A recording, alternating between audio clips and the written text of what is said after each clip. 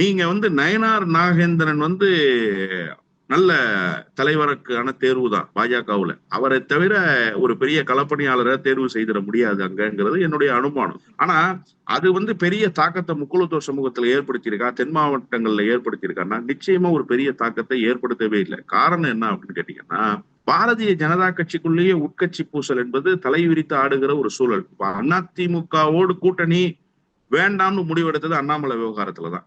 ம். அதுதானே நிலைமை. இப்ப அதிமுகவை நாங்க கூட்டணிக்குள்ள சேர்க்கணும்னா அண்ணாமலையை வெளியே போய் சொல்றாங்க. அப்ப என்ன பண்றதுங்கும் போது அண்ணாமலை அவுட்டு, அதிமுக இந்த நிலைப்பாட்டை எடுத்தது பாஜகவினுடைய தேசிய தலைமை. இப்ப அண்ணாமலை என்ன செய்யறாரு, உள்ளுக்குள்ள இருந்துகிட்டே மெதுவா குடைச்சல் கொடுக்க ஆரம்பிக்கிறாரு. நேற்றைக்கு அமித்ஷா வந்திருக்காரு. அமித்ஷாவை எல்லாரும் வரவேற்க போறாங்க. ஆனா அண்ணாமலை போகலையே. ஏன் அண்ணாமலை போகல?